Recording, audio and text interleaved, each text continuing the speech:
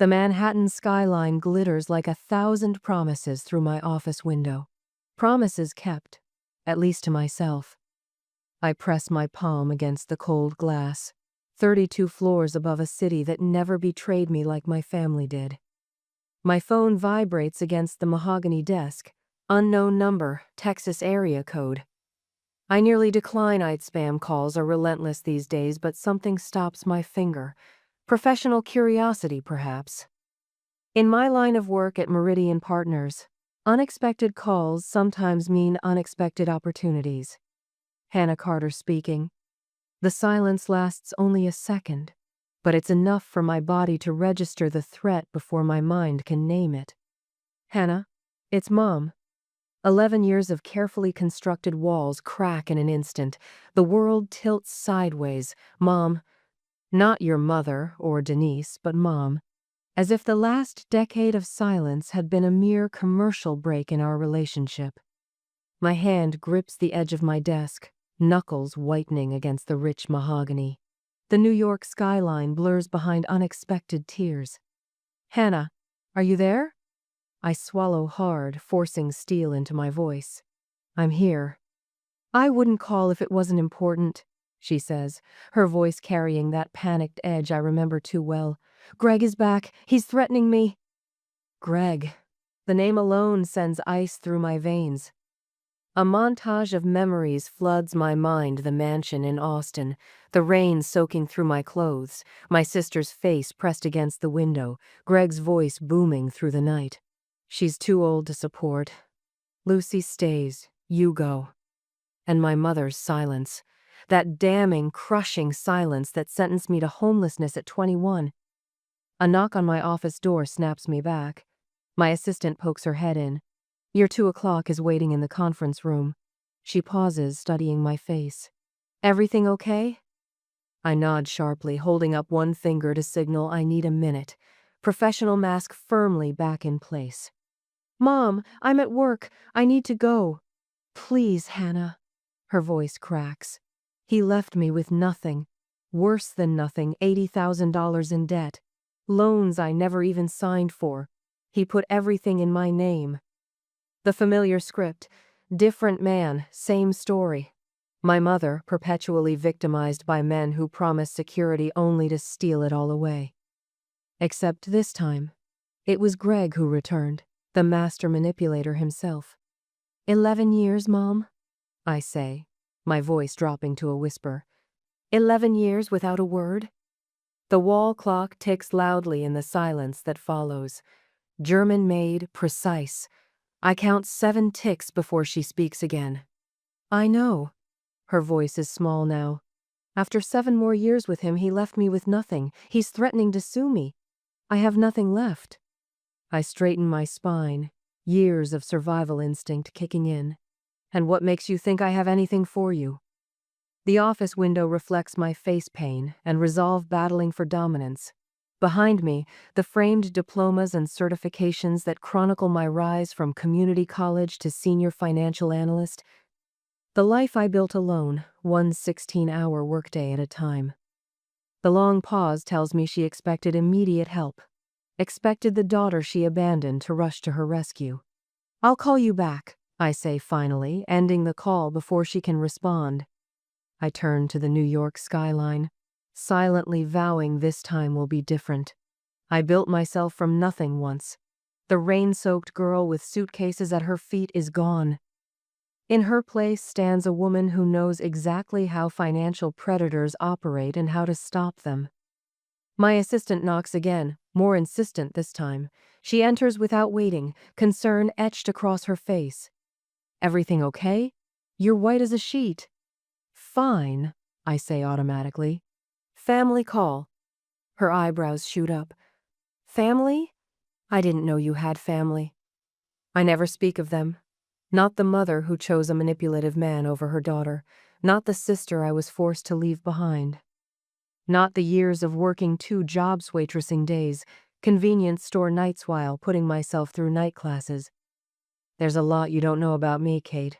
I straighten my blazer, compartmentalizing the emotional hurricane into a tidy box to be dealt with later. Tell Reynolds I'll be right there.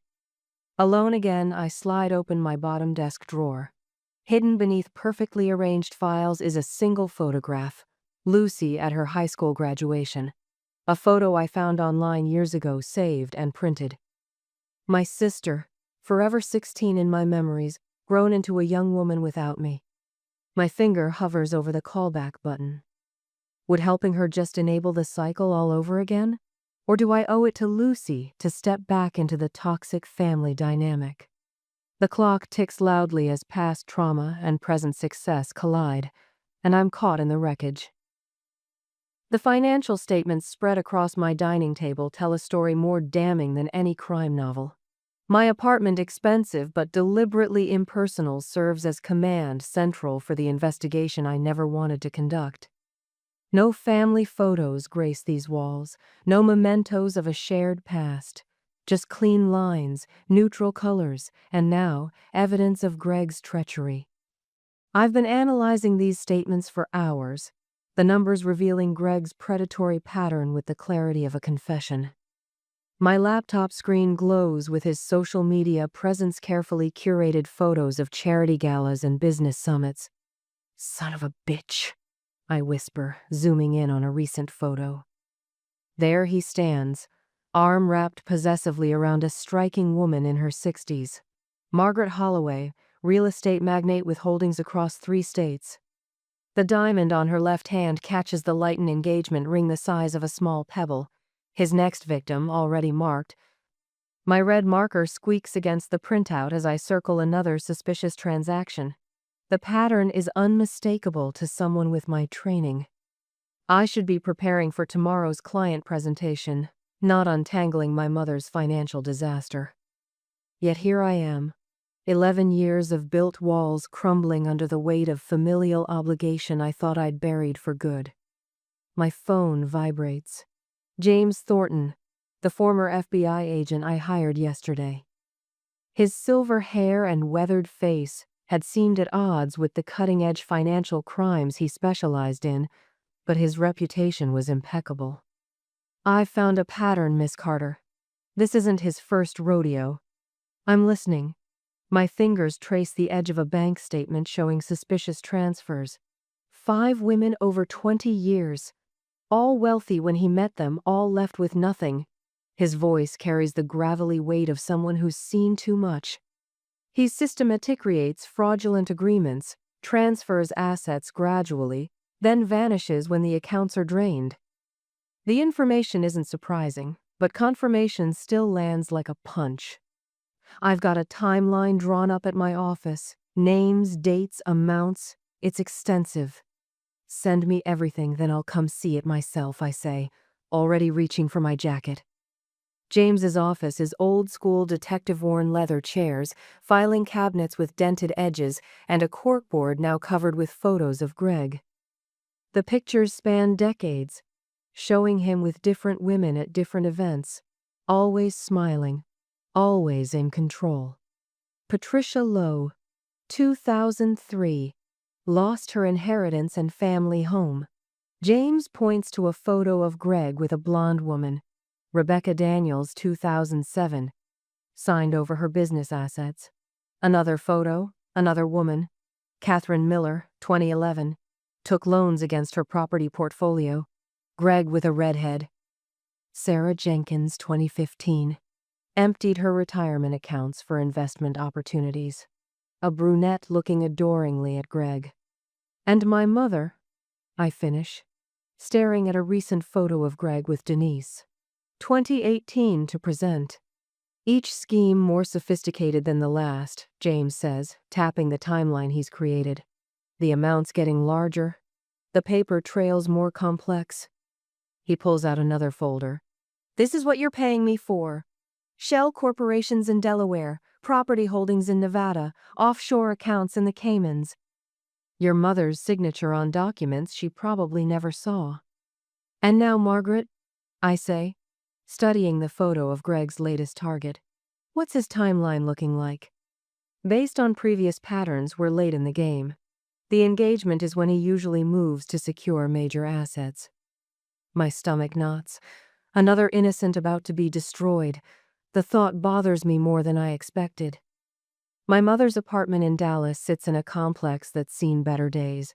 Faded yellow stucco crumbles around door frames, and the air conditioning units rattle like they're running on borrowed time. Gray paint peels from the metal staircase railing as I climb to her second-floor unit. When she opens the door, I barely recognize her. 11 years have carved deep lines around her eyes and mouth. Her hair, once vibrant auburn like mine, has dulled to a lackluster brown with gray streaks. Her hands tremble slightly as she steps aside to let me in. Hannah. My name sounds brittle on her lips. You came. The apartment is nearly empty, a threadbare couch, a small table with mismatched chairs, walls bare except for a stack of legal documents piled high on the counter. The hollow echo of my heels against the linoleum underscores the emptiness. Where's Lucy? I ask, removing my blazer in the stifling heat. The air conditioner hums but barely cools the space. California. Got a scholarship to UCLA. A flicker of pride crosses her face. She doesn't call much either. The words are meant to sting, but I let them slide off. I'm not here for reconciliation. Show me what he had you sign. She pulls folders from a drawer, hands shaking worse now. Mortgage documents, power of attorney forms, loan applications with her signature, some genuine, others clearly forged. The sticky residue of coffee cups has left rings on several pages. As I sort through them, a pattern emerges of systematic exploitation.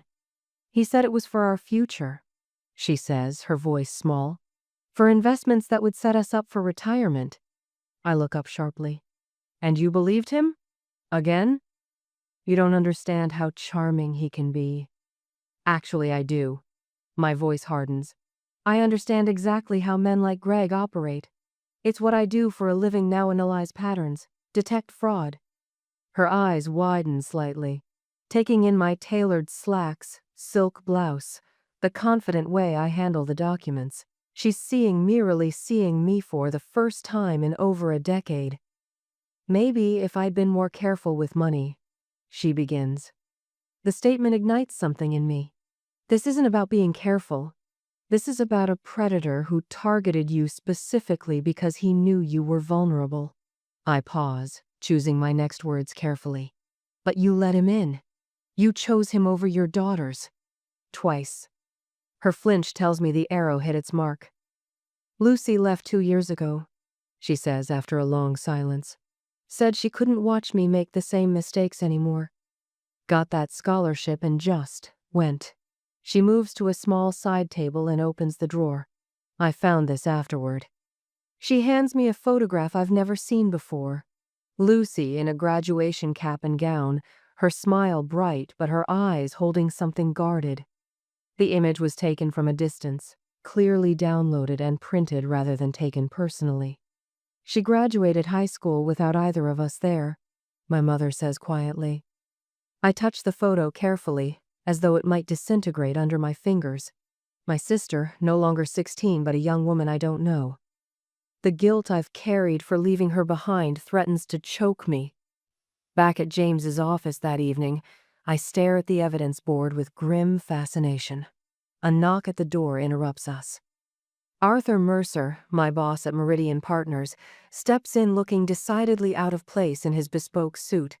I'd confided in him yesterday, expecting professional consequences. Instead, he'd offered resources. The subpoenas for his banking records came through. Arthur says without preamble, "You were right, Hannah. Offshore accounts, shell companies, the works." He hands me a flash drive. Our forensic accountants found transfers to accounts in Singapore, Luxembourg, and the Bahamas. Nearly $12 million over the past 15 years. James whistles low. With this, we might actually nail him. There's more, Arthur says, his expression grave. He's been appointed to the board of Margaret's charitable foundation. That gives him access to nearly $40 million in assets. I feel the blood drain from my face. How long? The paperwork was filed last week, Arthur replies. Hannah, if you're going to move on this, it needs to be soon. My phone buzzes with a notification, a response to my carefully worded message to Lucy. A simple text: video call tonight, 8 p.m. your time. First contact in 11 years. My chest tightens with a feeling I don't immediately recognize. Hope. That evening, I secure a temporary restraining order from my mother. The relief on her face makes her look younger as she signs the papers in James's presence. "Thank you," she says, attempting a smile over coffee in her sparse kitchen. "I never thought that I'd help." I finish for her. The coffee is bitter and weak, a far cry from the artisanal blends I've grown accustomed to. The mug leaves a sticky residue on my fingers. She looks down. "That you could. That you'd become someone so capable." It's the closest thing to a compliment my mother has ever given me. I'm not sure how to respond, so I don't. Instead, I reach for the photograph of Lucy she showed me earlier. "May I keep this?" She nods, and I slide it carefully into my portfolio. A sister I abandoned, now perhaps a crucial ally in what's coming. He'll fight back when he realizes what we're doing. I warn her. I know. For a moment, I glimpse the stronger woman she might have been without decades of manipulation. My phone rings James's number. "You need to see this now," his voice is urgent. "He's done worse than we thought." I check the time, almost 8. Lucy will be calling soon. I'll be right there. When I arrive, James's expression is grim. He turns his monitor toward me, showing evidence of fraudulent investments, identity theft, and something that looks suspiciously like blackmail. The red markers on his timeline now extend back 25 years. "We found evidence of 2 more victims," he says, voice low. "One attempted suicide after losing everything to him." On another screen is Margaret's Calendera wedding planning appointment scheduled for next week, and a meeting about transferring property holdings as a wedding gift. "She has no idea what's coming," James says quietly. I stare at her face on the screen, another innocent about to be destroyed. In my pocket, Lucy's photograph burns like an accusation. If I'd warned someone about Greg 11 years ago, would my family still be intact? Do I warn her and risk everything I've built? I whisper, knowing the answer even as the question leaves my lips. The clock on the wall strikes 8. Somewhere in California, Lucy is waiting for my call. The sister I couldn't protect then might be the key to stopping Greg now. I take a deep breath and reach for my phone. The letter sits on my desk like a poisonous snake. Cream-colored letterhead, embossed with the name of a law firm I recognize from television commercials. Cease and desist. 3 words that are supposed to make me cower. Jessica from accounting pauses at my open door, eyes flicking to the letter. "Everything all right, Hannah?" "Fine," I say, sliding the letter into my drawer. But it's too late. By lunch, whispers follow me down the hallway to the break room. My phone vibrates. Denise. I still can't bring myself to label her mom in my contacts. "He was here," she says, voice trembling. "At my apartment, banging on the door, saying if I didn't call you off, he'd—" "Did you call the police?" I cut in, ducking into an empty conference room. "I can't. He said he'd tell them about the loan applications. That I knew." "You didn't know." But even as I say it, I wonder, how much did she choose not to see? Arthur's assistant appears in the doorway. "Miss Carter? Mr. Westfield would like to see you in his office." Perfect timing. Arthur doesn't waste time with pleasantries. "Is there something you need to tell me, Hannah?" I've rehearsed this moment. A former associate of my mother is attempting to intimidate me through legal channels. It's personal, not professional. "This former associate, Gregory Wallace?" Arthur slides a printout across his desk. An email from Greg's attorney to the firm's partners, painting me as unstable, vindictive, obsessed with her mother's ex. "It would be unfortunate," Arthur continues, "if clients began to question your judgment. The threat hangs between us. 11 years of impeccable work endangered by a man who's never met me. Give me 48 hours, I say. I can prove he's a fraud." Arthur studies me, then nods once. 48 hours. My apartment transforms into a war room. Financial statements cover every surface. Birth dates, business registrations, property records, bank transfers. I connect them with red string, like detectives in the movies, not because I need the visual aid, but because I need to see the whole picture, the enemy fully revealed. At 3 a.m., I find it. The pattern. The beautiful, damning pattern that only someone with my specific training would recognize. Greg diverts funds through a series of shell companies, each one receiving exactly 17.3% of the previous transfer before moving the money again. Not a round number. Not 20% or 15%. Specific enough to avoid detection, consistent enough to track once you know what to look for. I lean back, staring at the ceiling. A laugh escapes me, sharp and sudden in the quiet apartment. He picked the wrong woman's family to destroy. The Whitefield Foundation gala glitters with wealth and privilege. Crystal chandeliers reflect in polished marble floors. Women draped in designer gowns. Men in bespoke tuxedos. A world that should intimidate me. It doesn't. I spot Margaret Whitefield immediately tall, elegant silver hair swept into a perfect chignon, diamond and sapphire earrings catching the light as she laughs at something her companion says. Her companion, Greg. He hasn't seen me yet. I watch them together, his hand possessively at her waist, her trusting smile. She has no idea what's coming. Miss Whitefield. I approach during a moment when Greg steps away to greet someone. I'm Hannah Carter. I need 5 minutes of your time. She looks me over, professionally polite but dismissive. Regarding Gregory Wallace and the 5 women whose financial lives he's destroyed. Her smile freezes. I'm afraid I don't, including my mother. I keep my voice steady. I have documentation, patterns spanning 2 decades. Greg appears at her elbow, champagne flutes in hand. His smile falters when he sees me. Margaret, darling, who's your new friend? His voice is smooth, but his eyes are already calculating. Hannah Carter. I extend my hand. Denise's daughter. The recognition hits him like a slap. He recovers quickly, charm sliding back into place. Hannah! After all these years! What a lovely surprise! Margaret glances between us. You know each other? Family friends, Greg says smoothly. No. My voice cuts through his lie. My mother is one of the women you left financially ruined. I have the evidence with me, all of it. Margaret's face hardens. Perhaps we should continue this conversation in private. The small antechamber off the main ballroom feels like a deposition room. Margaret sits rigid, shoulders back, as I lay out the documents one by one.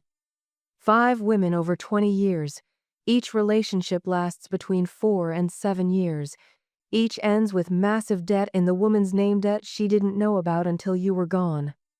I slide across the most damning evidence bank transfers. Loan applications with forged signatures. The pattern of 17.3%. You proposed to her last week, didn't you? I ask. Margaret doesn't answer, but her hand moves instinctively to the enormous diamond on her left hand. The door opens. Greg starts to enter, but Arthur blocks his path. My boss-me unexpected ally. Miss Whitefield requested privacy. Arthur says, his silver Harvard Law cufflinks gleaming. Behind me, another door opens. I turn, and for a moment I can't breathe. Lucy.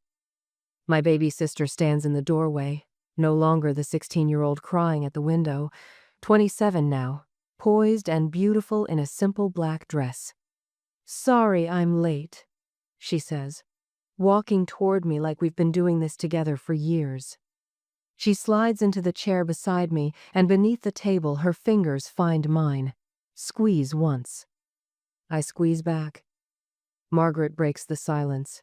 He proposed last week, at my vineyard in Sonoma. Her voice sounds hollow, her fingers touching the diamond again. My lawyer is on his way. The investigator I hired stands sentry at the main door, his former FBI posture unmistakable. He nods at my perimeter secure. Greg won't interrupt again without a fight. I have the recording, I say gently, pushing my phone toward Margaret, of what he said to my mother last week. I press play.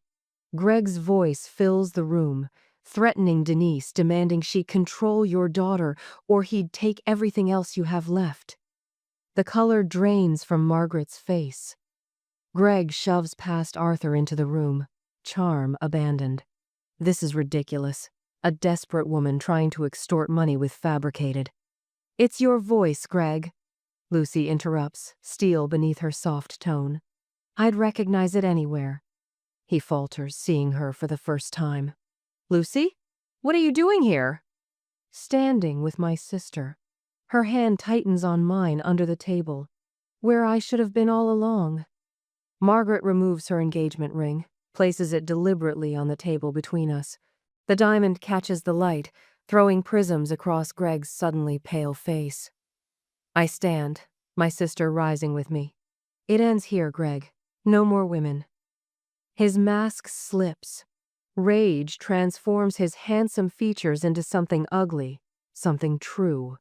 You have no idea who you're dealing with, he hisses, leaning close enough that only Lucy and I can hear. I will burn your entire life to the ground. Lucy doesn't flinch, neither do I. Margaret's lawyer arrives, a sharp-eyed woman in her 50s who takes one look at the documents spread across the table and begins taking photographs with her phone. Miss Carter, Margaret says, her voice steadier now.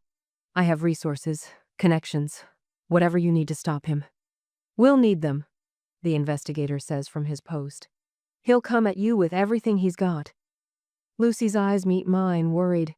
What about Mom? He could still hurt her. We'll protect her, I promise, though I'm not sure how.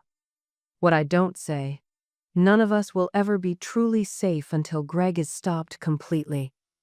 My apartment door stands slightly ajar when I return home. The hair on my neck rises. Inside, papers have been disturbed, drawers left open. My hidden safe behind the bedroom mirror hangs open and empty. My phone rings. Unknown number. You should have stayed away. Greg's voice slides through the speaker, smooth as oil. Those documents won't help you now. I hang up, a smile spreading across my face. He took the decoys. He has no idea about the real evidence. The game is just beginning. The clock reads 3:17 a.m., but sleep is a luxury I abandoned hours ago. The glow of multiple monitors bathes my office in clinical white light, illuminating the faces of my unlikely war counsel. Today we dismantle everything he's built, I say, scanning the room.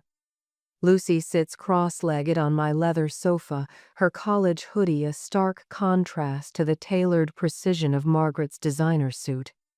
Arthur leans against the wall, tie loosened, sleeves rolled up, a rare departure from his boardroom perfection. James, the silver-haired investigator, spreads documents across my desk with methodical precision. The timing has to be perfect, James says, tapping his watch. Greg's type gets sloppy when cornered. I nod, turning back to my screens where Greg's empire lies exposed in columns of numbers and legal entities. Lucy, are the regulatory filings ready? Locked and loaded. My sister's voice carries a confidence I barely recognize. The timid 16-year-old in my memories replaced by this fierce young woman. SEC, IRS, and state agencies will receive identical evidence packets at 9 a.m. Margaret's manicured finger traces a line on her tablet. I've spoken with 7 of Greg's principal investors. They're prepared to pull out simultaneously when the first allegations go public. Arthur? My boss, no alley straightens. The firm is fully insulated. Board unanimously approved our involvement once they understood the scope of his fraud. They're actually eager to be on the right side of this. The plan unfolds with precision born of months of preparation. Financial chokeholds, regulatory investigations, business partnerships severed. A digital dismantling that will leave nothing but scorched earth where Greg Wallace's empire once stood. By dawn, I've transferred the final documentation to secure servers. Arthur's legal team stands ready with injunctions if Greg attempts to liquidate hidden assets. Margaret's financial connections, once Greg's life linen now, form a noose around his corporate throat. My phone vibrates. Mom's name flashes on the screen. "He's here," she whispers, voice trembling. "At my apartment," pounding on the door. Lucy's head snaps up, eyes widening. "We prepared for this," I remind her, voice steady. "Mom, is your phone recording like we practiced?" "Yes." "Good. Keep him talking. The police are already on their way." 10 minutes later, my phone pings with a video alert from the security camera we installed outside Mom's apartment. The sight of Greg's wrists being bound in handcuffs sends a ripple of grim satisfaction through the room. "Domestic intimidation charges won't hold him long," James warns. "They don't need to," I reply. "They just need to hold him while we execute everything else." By mid-morning, Greg's carefully constructed facade begins to crumble. His attempted transfer of $1.2 million to the Caymans bounces back accounts frozen by federal authorities. Phones across Manhattan Financial District light up with the news of ongoing investigations into his dealings. At noon, Lucy stands before a hushed crowd at the Women in Finance Luncheon event Greg had been scheduled to keynote. "My name is Lucy Carter," she begins, voice wavering only slightly. "And I'm here to tell you about the man who destroyed my family and defrauded dozens of women across this country." The room falls silent as she methodically details Greg's patterns, producing documentation that backs every claim. Professional women lean forward, recognizing the tactics, seeing their own near misses in Lucy's words. Meanwhile, across town, Margaret hosts an impromptu press conference outside her real estate offices. "As a business leader and a woman who narrowly escaped becoming Greg Wallace's next victim, I cannot remain silent," she tells the assembled reporters. Camera flashes punctuating her words like exclamation points. Arthur forwards me the email from our company PR department. The subject line makes me smile. "Response to Wallace allegations." Greg's desperate attempt to smear my professional reputation has backfired spectacularly. Instead of distancing themselves, Meridian Partners has issued a statement fully supporting my ethical stand against financial predators. At 2:13 p.m., Margaret forwards me an email from Greg. Desperate, threatening, his mask slipping. "He's showing up at the emergency hearing disheveled," James reports from the courthouse. "Made quite the scene, Judge, was not impressed. Wanted you to know he tried to board a private flight to Barbados an hour ago." Customs stopped him. My office phone hasn't stopped ringing.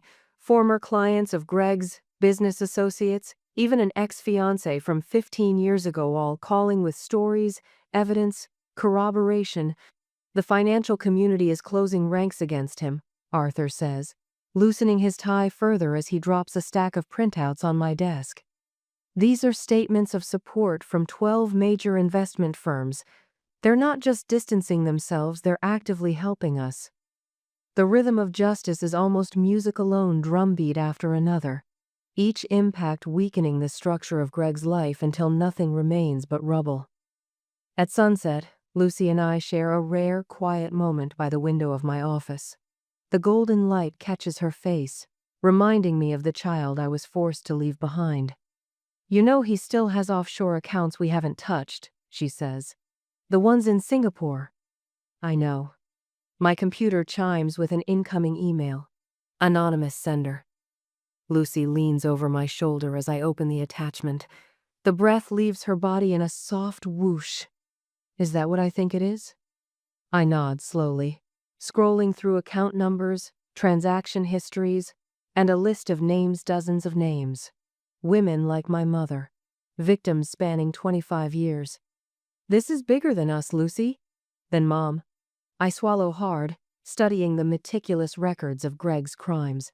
Millions hidden, lives destroyed. "Who sent this?" I shake my head. someone inside his organization with access to everything. The last page contains a single line of text. How far are you willing to go for justice? Outside my window, New York City transitions from golden sunset to the harsh blue-white of office lights and street lamps, the clinical illumination of consequence. All the way, I whisper, more to myself than to Lucy, but not just for us anymore. I reach for my phone, dialing James. I need every federal contact you have, I tell him. We're going nuclear. For the first time in 11 years, I feel a weight lifting, not just the burden of my own abandonment, but something larger. The weight of responsibility for every name on that list. Every woman who stood where my mother stands now. The clock ticks toward midnight as we mobilize a new offensive. Not just to save my mother, not just to punish Greg, but to ensure he never hurts anyone again. The institutional green of the federal courthouse walls reminds me of hospital corridors, places where life-altering news is delivered with clinical precision. I straighten my charcoal blazer, the weight of the evidence binders in my attaché case a reassuring anchor. Miss Carter. James, the silver-haired investigator who's become an unexpected ally, approaches with coffee. His eyes crinkle at the corners. They're bringing him in through the side entrance in 10 minutes. I nod, accepting the paper cup. The bitter liquid steadies my hands. Lucy slides onto the bench beside me, her presence still new enough to surprise me. My sister no longer the 16-year-old face pressed against the window, but a poised woman of 27 with our mother's cheekbones and a resolute chin all her own. Mom just arrived, she says, her voice low. She looks scared. She should be, I reply, then catch myself. Not of Greg. Not anymore. But facing your own complicity isn't easy. Lucy's hand finds mine, a bridge across 11 years of absence. Through the massive oak doors, flashbulbs erupt in the corridor, the press scenting blood in the water. All rise. The bailiff announces as Judge Harriman enters the courtroom. The weight of federal authority fills the room like a physical presence. I stand, back straight, eyes forward. Across the gallery, I spot Arthur, my boss, nodding slightly. Behind him sit 3 rows of women Greg's previous victims, brought together through careful outreach. Their collective presence creates a tapestry of justice long overdue. The side door opens. Greg enters, flanked by marshals. His Italian suit hanging differently now, the shoulders slumped, the crisp lines defeated. When his eyes find mine, the hatred in them could burn through steel. I don't look away. The federal prosecutor, a woman with iron-gray hair and a reputation for ruthlessness against white-collar criminals, approaches the bench. Your Honor, the United States has filed a 47-count indictment against Gregory Wallace for wire fraud, identity theft, bank fraud, and conspiracy to commit financial crimes across multiple jurisdictions. The hearing proceeds with the machined precision of the federal justice system. I watch Greg's face as each piece of evidence I've gathered over months, years, reallys introduced. The offshore accounts, the falsified loan documents, the pattern of fraudulent investments spanning 2 decades. My testimony comes mid-morning. The wood of the witness stand feels cool against my palms as I swear to tell the truth. Miss Carter, please explain to the court how you first identified the pattern of financial exploitation in these cases, the prosecutor asks. I lean toward the microphone. The signature was consistent across all victims. Mr. Wallace would establish joint accounts but structure them to provide him backdoor access to independent funds. He created shadow agreements that the women never saw, using electronic signatures captured from legitimate documents and applied to fraudulent ones. As I speak, I feel rather than see my mother flinch in the second row. The technical details flow from me with professional detachment, the wire transfers, the account manipulations, the strategic bankruptcies that left each woman holding debts while assets disappeared offshore. Greg's attorney attempts to discredit me during cross-examination, his voice dripping with condescension. Miss Carter, isn't it true that your investigation into my client stems from a personal vendetta because he chose your mother over you years ago? The gallery stirs. The judge peers over her glasses. No, I reply, voice steady. My investigation began when I recognized a pattern of financial abuse that matched professional red flags I'm trained to identify. My personal connection provided context, not motivation. The attorney pushes harder. Yet you've spent years building this case in secret. Years of your life dedicated to destroying my client. For the first time, I allow myself to look directly at Greg. Not at the man he presents himself to be successful, charming, confident, but at the predator beneath. I didn't have to destroy anything, counselor. Your client did that himself. I merely documented it. The evidence mounts through the afternoon. The testimonies of previous victims. The financial forensics experts confirming my analysis. Margaret, the woman who would have been Greg's next victim, describing how she discovered her own accounts had already been compromised.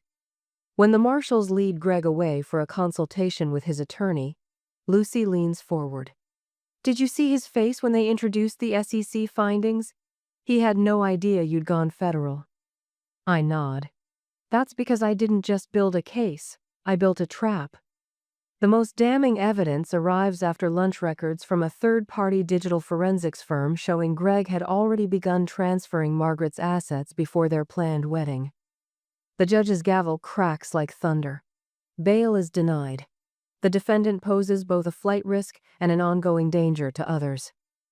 As they lead Greg away in handcuffs, he lunges toward our row. This isn't over, Hannah, he hisses. I rise slowly to my full height. The courtroom falls silent. All eyes on us, the predator and the woman who stopped him. Actually, it is, I reply, my voice carrying in the hushed gallery. You picked the wrong family. Outside, the harsh lights of news cameras create a gauntlet. Greg's walk of shame down the courthouse steps plays out beneath a barrage of clicking shutters. I stand at the top of the stairs, Lucy and my mother flanking me as reporters shout questions. Miss Carter, how long have you been building this case? I step to the microphone. Since the first time I recognized the pattern, some predators have a signature. Mr. Wallace's was in his financials. Across the crowd, I spot James with his arm around Denise, steadying her. My mother looks smaller somehow, the weight of her enabling role finally acknowledged. When our eyes meet, there's something new there, not just remorse, but a painful self-awareness. The federal prosecutor joins me at the microphone. This case has expanded to include multiple jurisdictions. We expect full restitution for all identified victims. As the press conference concludes, Lucy guides me toward the waiting car. Behind us, the courthouse stands like a monument to consequences finally delivered. What happens now? She asks quietly. I look at the waiting vehicle where our mother sits, hands folded tightly in her lap. The harder part, I reply, figuring out if we can rebuild what was broken. The car door feels heavy in my hand. Beyond justice lies the undefined territory of healing, and I'm not sure which required more courage, destroying a predator or forgiving the mother who once chose him over me. The Manhattan skyline glitters with spring sunshine as I place the Ethics in Finance Award on my office shelf. Not prominently displayed just there, a quiet testament to the last year's journey. I trace my finger along the engraved words, remembering the courtroom, Greg's face as they led him away in handcuffs. My phone vibrates. Lucy's name brightens the screen. My dissertation proposal was approved, she says, excitement threading through her voice. The committee called my research on financial abuse patterns groundbreaking. Pride swells in my chest, real pride, not the brittle defensive kind I've wielded like armor for years. Of course they did. You're seeing connections no one bothered to document before. Sunday dinner still on? She asks.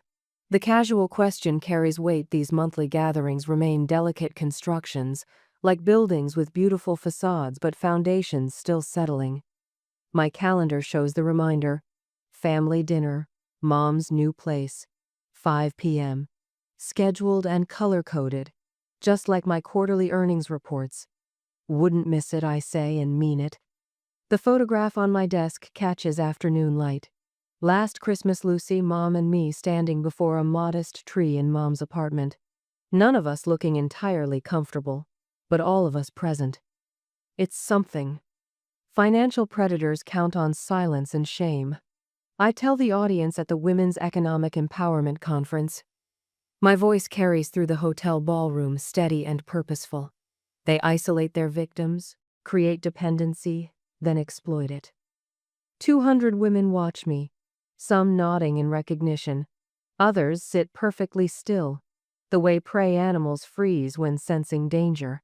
I know that stillness, lived in it for years. The patterns are remarkably consistent. I continue, advancing to the next slide. But so are the warning signs. I don't share the full story. Don't mention Mom by name, or Greg, or the rain soaking through my clothes 11 years ago. Those details remain mine. But the financial manipulation tactics, the legal vulnerabilities, the recovery strategies, these I offer without reservation. Afterward, a woman approaches me, twisting her wedding ring.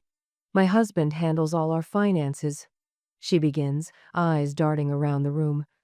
But lately, I hand her my business card. Not the glossy Meridian Partners one, but my personal card with my cell number. Call me any time, I say, meeting her eyes directly, day or night. She slips the card into her purse with practiced discretion.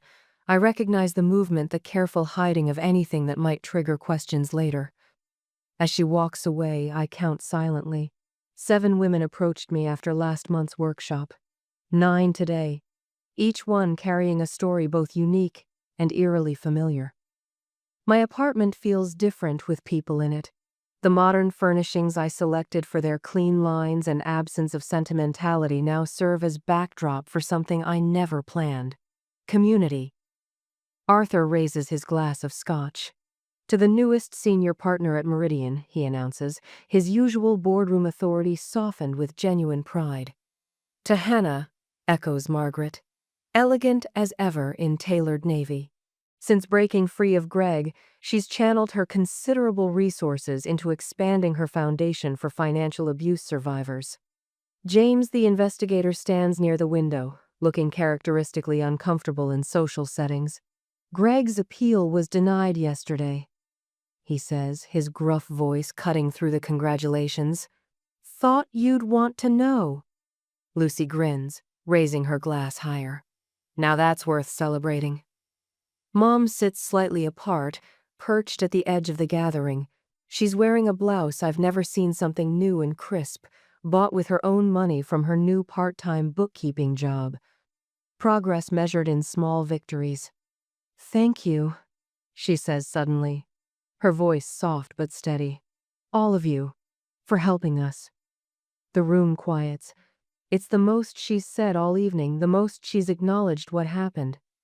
The us catches in my throat, a collective pronoun that includes both herself and me after years of separation. Arthur clears his throat, uncomfortable with the emotional turn.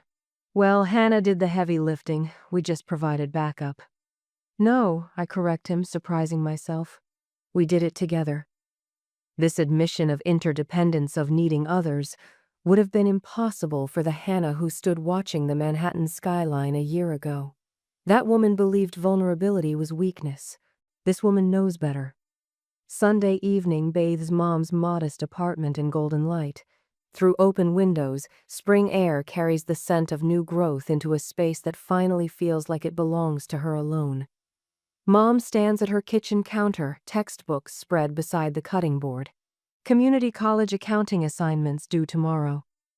Professor says I have a knack for auditing, she says, chopping vegetables with careful precision. She's lost the frantic edge that once defined her movements, replaced by deliberate purpose, finding what doesn't belong.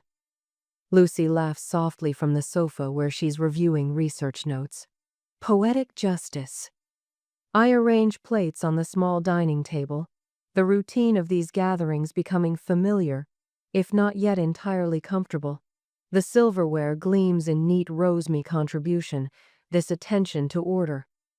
The women's shelter asked me to teach another financial literacy workshop, I say, folding napkins with hospital corners.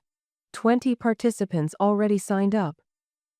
They're lucky to have you, Mom says, and the compliment hangs between us. We gather at the table, this triangle of wounded women slowly reforming into something that resembles family. Conversation flows easier than it did 6 months ago, harder than normal families might experience. But normal was never our inheritance. After dinner, I help Mom with her homework while Lucy washes dishes. The comfortable silence between us feels like an achievement in itself. I'm proud of who you've become, Hannah, Mom says suddenly, her pencil pausing above balance sheets. The words that once would have crushed or elevated me now simply exist, stones tossed into still water. I feel their impact, watch the ripples, but remain unmoved at my center. I became who I am despite what happened. I say, my voice carrying no resentment, just simple truth. She meets my gaze directly, something she rarely did in those early tentative reunions. I know. A pause stretches between us, not uncomfortable but weighty. I failed you, she says finally. When Greg told you to leave. When I stood there and said nothing. The admission isn't a revelation. We've covered this territory in therapy sessions with neutral mediators present. But hearing it here, in her own space, without professional prompting, carries different meaning. Yes, I say simply. You did. No dramatics, no tears. Just acknowledging the truth we both know. The accounting homework sits between us, columns of debits and credits awaiting reconciliation. But we're here now, I add, tapping my pen against the table. That counts for something. She nods, pain and acceptance mingling in her eyes. I know. And there it is not forgiveness exactly, but something equally freeing. The acknowledgement of truth, the absence of the need to make her understand what she can never fully comprehend. Later, as twilight softens the edges of the city, my phone chimes with Lucy's text about starting a nonprofit for financial abuse victims. Another notification follows the final restitution payments processed to Greg's victims. I delete the case files from my computer, each click severing another thread tying me to the past. Not forgetting I'll never forget, but choosing what to carry forward. Then I open the email from Mom, her first paycheck, photographed and sent with a simple message. Look what I did. The balcony offers a moment of solitude as Manhattan transforms from daylight to electricity. My phone rings. Hey, just checking in, Mom says, her voice still carrying traces of uncertainty, as if permission to call remains tenuous. Hey, Mom, I answer, watching lights blink on across the city. The simple exchange represents not a perfect relationship, but a healthier one. Not a clean slate, those don't exist in families like ours, but a new page. Freedom isn't about escaping the past. It's about choosing your future.